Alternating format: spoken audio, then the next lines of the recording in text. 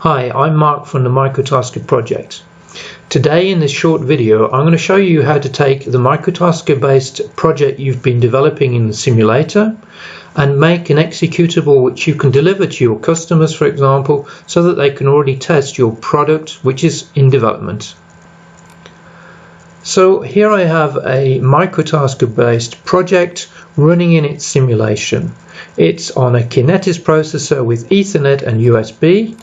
And also we have a display where I can use these keys to scroll through some menus, for example. Now imagine that we get to a point in a project where I have a certain amount of functionality available. I don't yet have hardware, but I'd like my customer to start testing it. So now I'll show you how we can make an executable version of this simulation.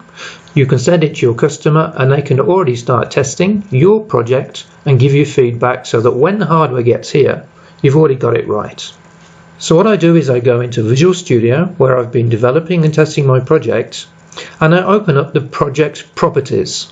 In the C++ preprocessor properties, I edit the preprocessor definitions as follows. I add a new define called _exe. Then I rebuild my project. So when the build is completed, I go into my project simulator directory, and then I go into the output build file and I take a copy of the executable which has been generated. And I put this into a new directory.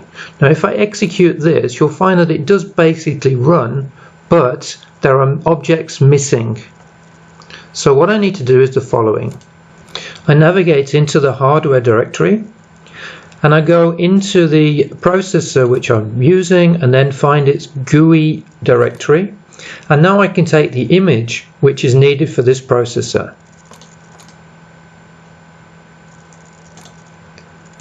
And I paste this also into this directory. Now when I execute it, we will have this image available. I'm still missing the keypad. To get the keypad on, I do the following.